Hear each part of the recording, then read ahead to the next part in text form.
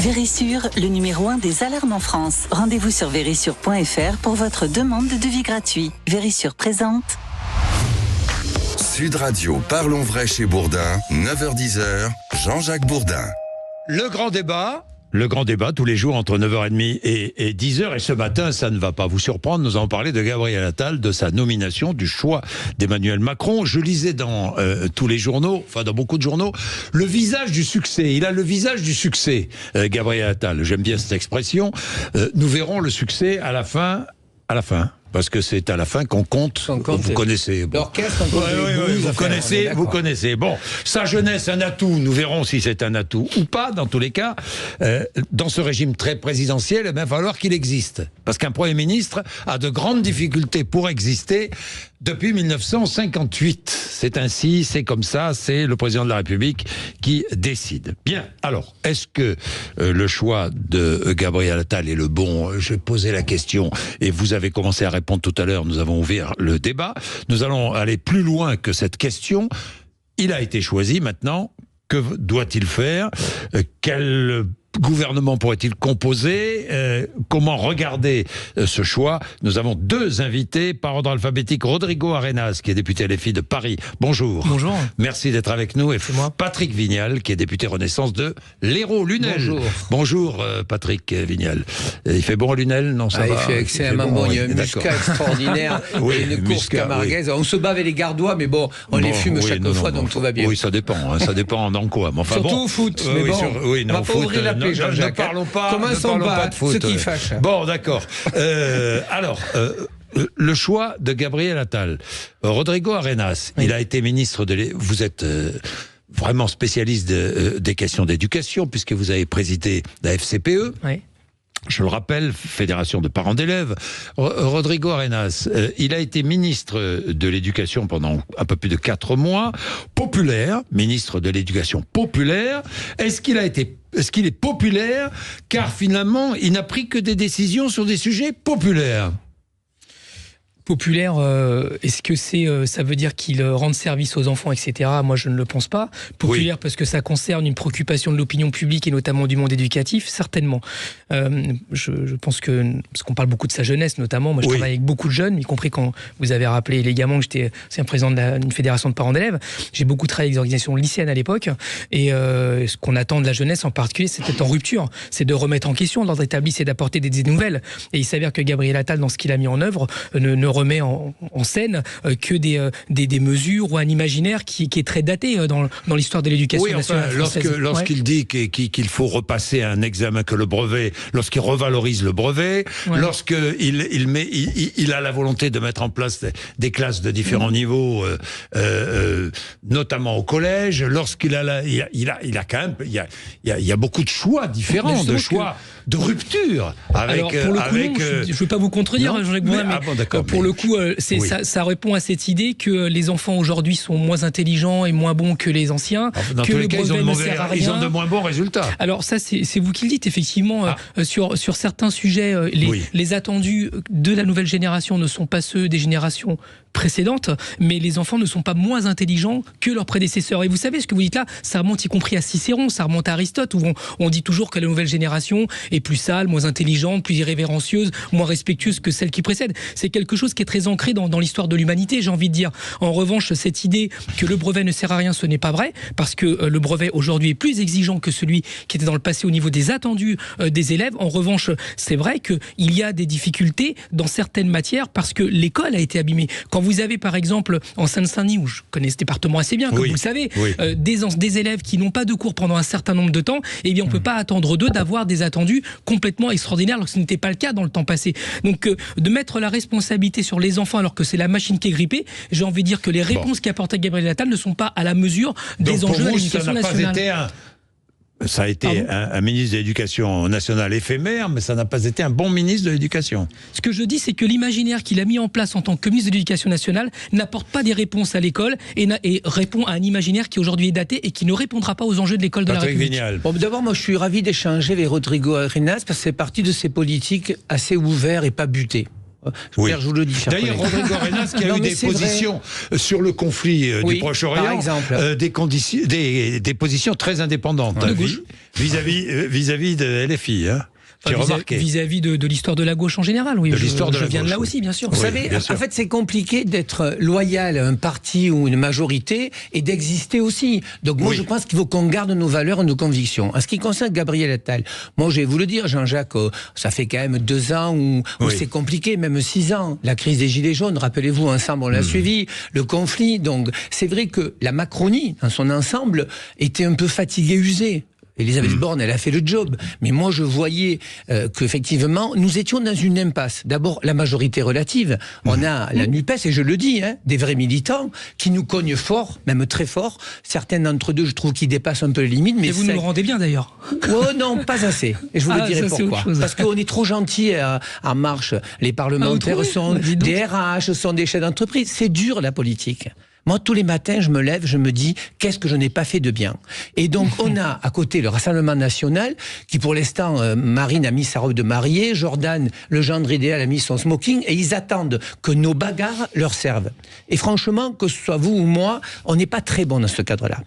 En ce qui concerne l'éducation nationale, moi j'étais enseignant en STAPS 2008 sur les événementiels, Coupe du Monde. Et j'ai vu une évolution effectivement parce que ça manquait de moyens. Et donc l'éducation nationale, comme les services publics, ça fait 30 ans qu'il y a de la lâcheté et qu'on n'a pas été capable d'être assez présent. Ce qui concerne Gabriel Attal, il a pris la succession de Pape Ndiaye, qui est quelqu'un de brillant, mais qui n'est pas un politique. La politique, ça ne s'invente pas. Qui n'était pas à sa place, peut-être. Qui ne correspondait pas au job. Oui. Bon, les enseignants sont les moins payés d'Europe, on est d'accord. S'il n'y a pas de culture, il n'y a pas de vie. Voilà. Et donc, aujourd'hui, c'est préparer la jeunesse. Moi, je veux qu'on s'occupe de la jeunesse qui rouille au bas des immeubles. Et j'en ai pour preuve avec Gabriel Attal, et vous le savez, chers collègues, j'ai fait le tour de France, moi. On a besoin de travailler sur le harcèlement à l'école.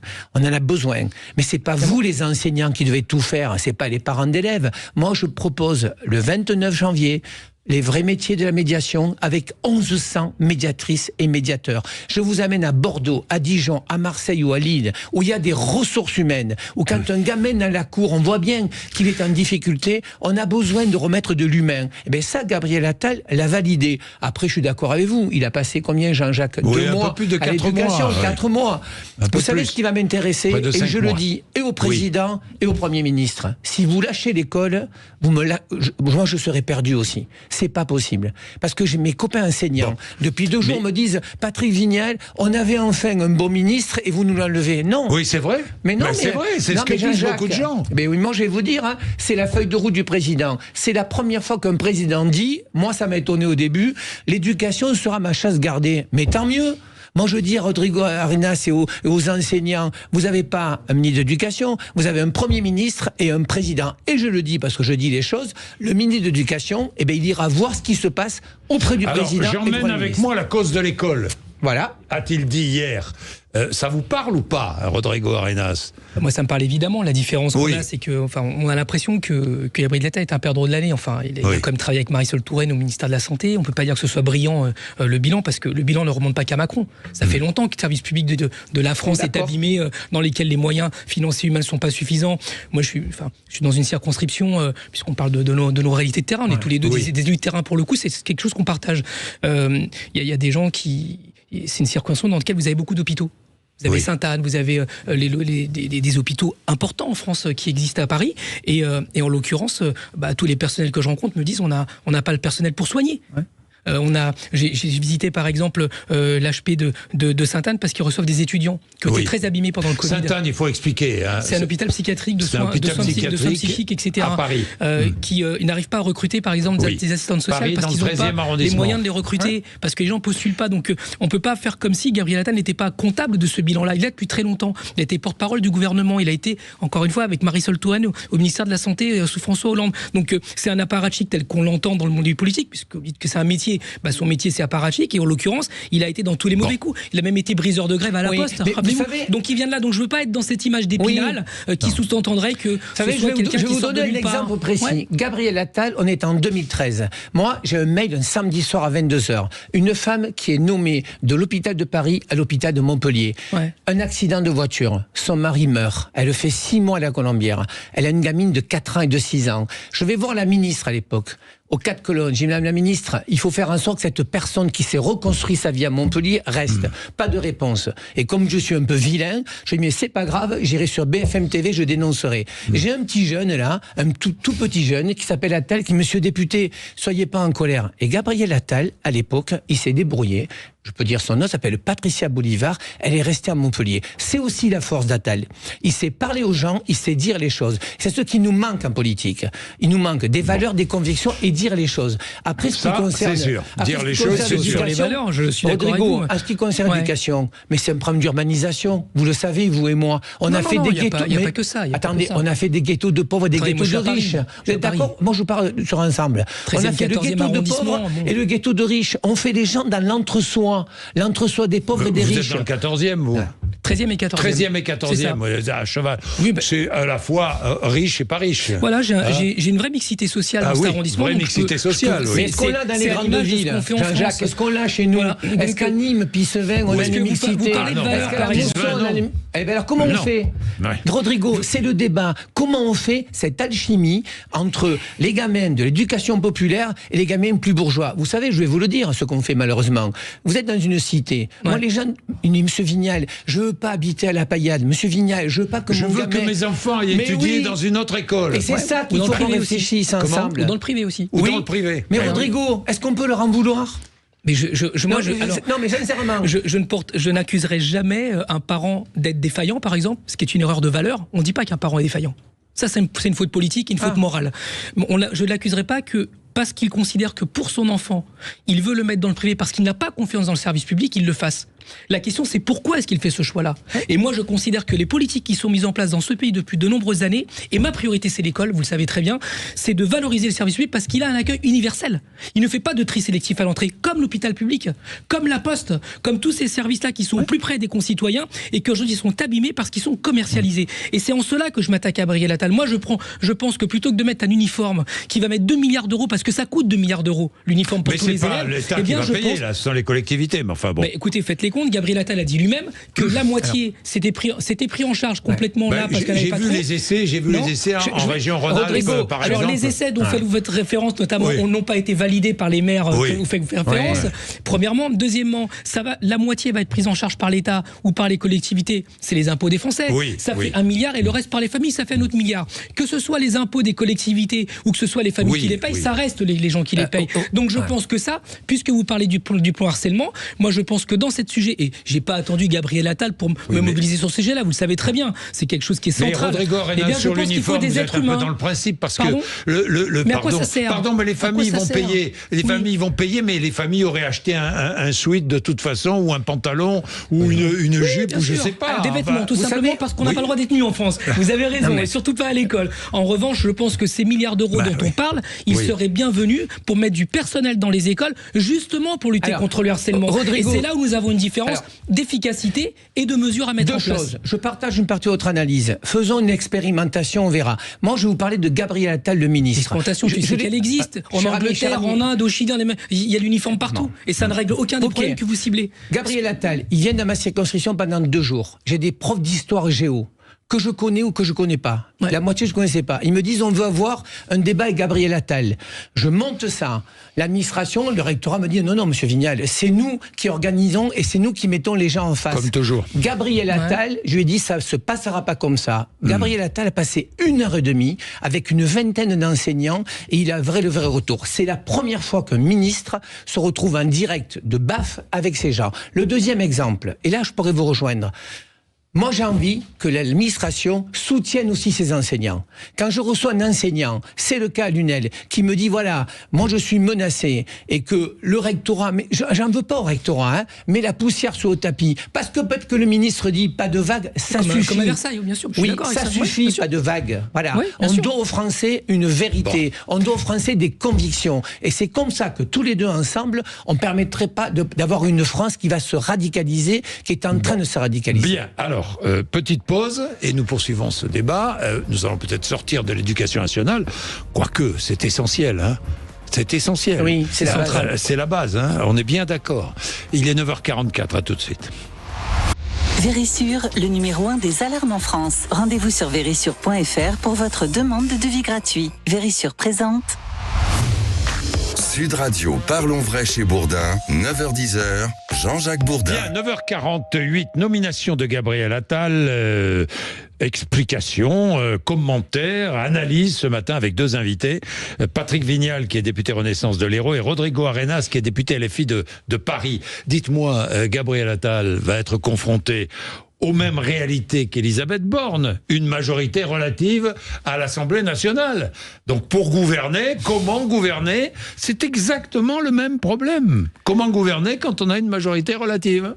C'est d'aller convaincre. Quand on n'a pas de majorité, quoi, vous savez, en quelque sorte. On a vu le cas pour la loi immigration. Oui. Moi, c'est pas que je tends la main à Rodrigo Arenas, c'est que aujourd'hui on a trois. Vous lui tendez la main ou pas? Vous allez comprendre. On a 3 blocs, 250 chez nous. D'abord, au mois de janvier, on va ouvrir des divans pour faire une psychothérapie, parce qu'il vous a pas échappé qu'il y a 18 de mes collègues qui ont voté contre et une vingtaine abstenus. Je les juge pas. Vous êtes abstenu? Mais moi j'ai défendu la loi immigration comme jamais. Ah bon? Mes copains de gauche m'ont dit, mais qu'est-ce qui t'arrive? J'ai pris du Malox, Jean-Jacques, le matin. Les convertis sont les plus durs. Et je l'ai fait.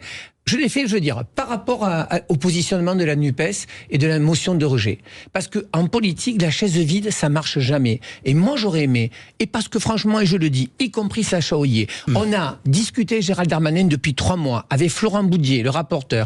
On voulait une loi, mais on s'est trompé, hein, Rodrigo. Fermeté et humanité. Fermeté sur les marchands de sommeil. Tous ces salopards qui louent à des mecs qui n'ont pas de papier, 500 € au studio, il n'y a même pas de lavabo. Oui. Et on voulait sur les marchands de sommeil et sur les passeurs. Sauf que Jean-Jacques, elle était pour une fois, elle a en même temps fonctionné. Fermeté, humanité. Et j'aurais aimé que mes collègues de la NUPES viennent m'aider dans l'hémicycle à y mettre plus d'humanité. Ils ont fait le choix. Moi, je fais de la politique, Jean-Jacques. J'essaie de la faire bien, et pas toujours. Ils ont fait le choix de dire, on fait une motion de rejet, on rejette le texte. Ouais. Sauf que là, moi, j'ai dit, on va arrêter de prendre des fessées par la NUPES ou par le RN. Nous allons travailler avec notre tête, et on va aller jusqu'au bout de ce texte. Et j'assume encore mes propos, et on sait très bien qu'il y a 20 articles qui vont être retoqués par le Conseil constitue. Au moins. Bon. Et moi, je dis à Rodrigo Arenas aujourd'hui, Rodrigo, j'ai envie que tu m'aides. Je veux pas passer ma vie... Qu'est-ce que vous allez faire de ce texte, d'ailleurs, vous, la majorité? Rodrigo, j'ai pas envie de finir les 40 mois uniquement à faire la courte échelle à Éric Ciotti. Non, est-ce qu'on pourrait être moins con, arrêter de parler de nos problèmes et règlement des Français? Oui, non mais d'accord. Non mais je suis d'accord. Mais enfin, vous ne répondez pas à ma question. Comment gouverner lorsqu'on a une majorité quand on n'a pas de majorité? On l'a pas. Donc il faut trouver des accords. Vous en avez assez de passer des accords avec LR, si j'ai bien compris. Une partie d'LR, Jean-Jacques. Une partie. Vous savez, est-ce qu'on peut revenir au macronisme initial? Leur même temps. C'est pas le même temps, c'est une jambe droite et une jambe gauche bien musclée. Moi, ma jambe droite, elle est moins musclée, j'ai mal au ménisque, Jean-Jacques. Oui. J'ai envie de redonner de l'humanité, parce que je pense qu'on a besoin de gauche dans ce pays. Mais quelle gauche? Est-ce que c'est une gauche qui prépare les élections présidentielles? Vous dites, on a besoin de la gauche de Michael Delafosse, le maire de Montpellier. On a besoin de la gauche de Cazeneuve, on a besoin de la gauche de Carole Delga. Comment? C'est un tropisme du Sud, on peut rien faire. Ça, c'est un tropisme du Sud, c'est intéressant ce que vous dites, parce que ça montre que, contrairement à ce qui se dit, les députés ou les groupes politiques qui soutiennent Emmanuel Macron sont extrêmement hétérogènes. C'est vrai. Il n'y a pas cette uniformité qu'on a vendue au début. Oui, c'est vrai. Comme la NUPES. Elle est hétérogène. C'est vrai. Il y a des groupes politiques qui sont différents. Mais c'est une force ou une faiblesse? Pardon. Alors moi, je pense que c'est une force. Je pense que le débat politique est une force. La question, c'est qu'on ne va pas débattre de tout sur des choses qui sont contraires à nos valeurs. Moi, je suis quelqu'un de gauche. Je suis issu de l'immigration, même si je suis un exilé politique. Je viens avec mon histoire. Vous avez souffert de racisme. J'ai eu le racisme parce que j'ai grandi à Champigny-sur-Marne, qui était le plus grand bidonville d'Europe de portugais. On m'a parlé en portugais toute ma vie. J'ai été municipal à Montfermeil. Les dames plus âgées me parlaient en portugais au marché. Moi, je trouve que c'est bien. Oui. Je pense pas ça comme quelque chose de négatif, parce que c'est ça aussi la France. Et on vient en politique avec ce qu'on est. Donc moi, je porte cet héritage-là. Donc je ne vais pas discuter d'un texte qui va pointer du doigt ce que je représente, ce que je suis, mon parcours. Donc je ne vais pas discuter de ça. En revanche, on peut s'affronter. On peut dire on n'est pas d'accord. Mais je ne vais pas aller discuter d'un texte qui tend la perche au Rassemblement national sur le fond, sur la conception de la France, sur la conception de la citoyenneté, sur la conception des relations au travail. Mais même le MEDEF dit que ce texte ne répondra pas aux besoins économiques des Français. Donc à un moment donné, quand on fait il y a des réalités. Mais il y a un besoin économique de main-d'œuvre. Et il y a surtout une réalité éthique. La France, vous savez, moi, quand je retourne parfois au pays, au bled, comme on dit parfois, quand je retourne en Amérique du Sud, mais vous savez, en Amérique du Sud, la France, c'est le pays des droits de l'homme, c'est quelque chose de très riche. Et aujourd'hui, quand on nous parle, on dit, mais qu'est-ce qui vous a pris là ?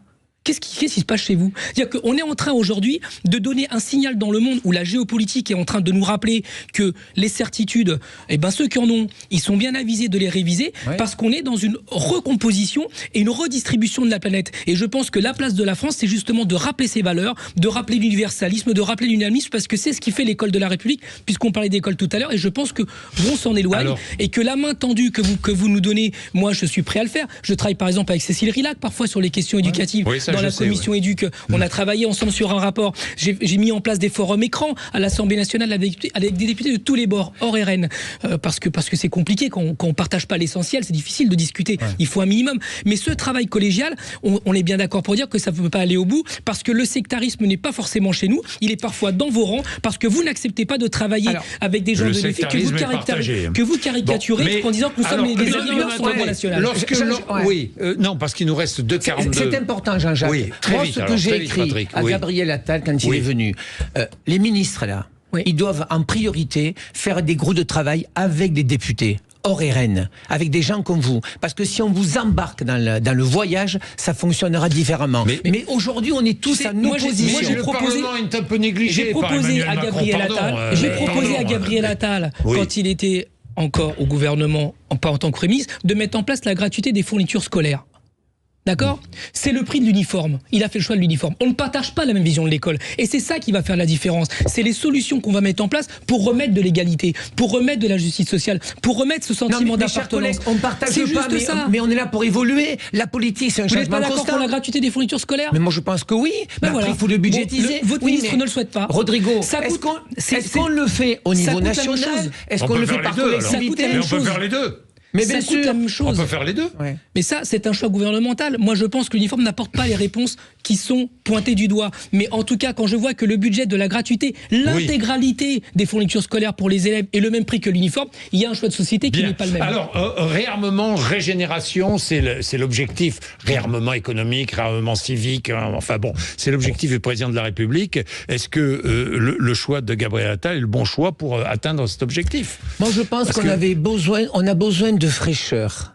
Je pense que, Jean-Jacques, c'est dur, l'Assemblée. Je me plains pas. Moi, vous avez des nouvelles sur le nouveau gouvernement ? Vous avez des informations ? Moi, je suis un petit député de l'UNEL. Je ne sais pas ce qui se passe au gouvernement. Il y a Darmanin, en tout cas, le président de la République l'a imposé. Moi, je vais vous dire. Vous savez que mes copains à moi m'ont dit, mais qu'est-ce que tu fais ? On te voit tous les jours et Gérald Darmanin. Écoutez, Darmanin... Non, c'est un problème que ce ne soit pas Attal qui l'annonce. Moi, je vais vous dire, Gérald Darmanin, c'est un mec bien.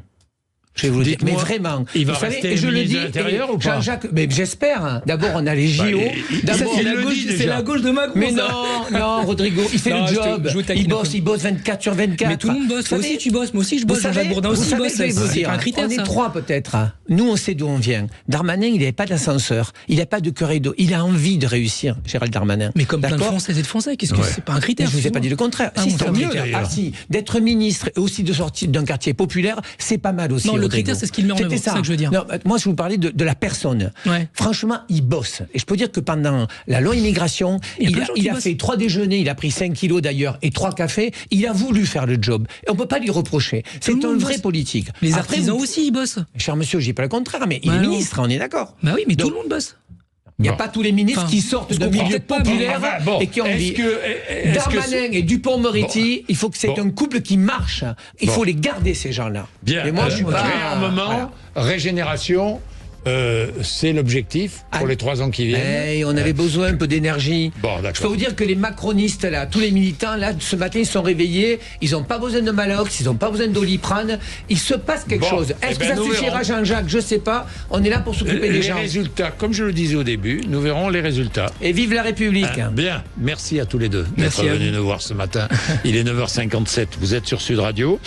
Nous allons poursuivre, et évidemment, vous allez continuer à nous écouter. Dans un instant, Sud Radio Média, Valérie Expert et Gilles Gansman reçoivent Eva Gilles, Miss France, et Cindy Fabre, directrice du comité Miss France. Sud Radio, parlons vrai chez Bourdin, 9h-10h, Jean-Jacques Bourdin. Avec Vérissure, le numéro 1 des alarmes en France. Rendez-vous sur vérissure.fr pour votre demande de devis gratuit.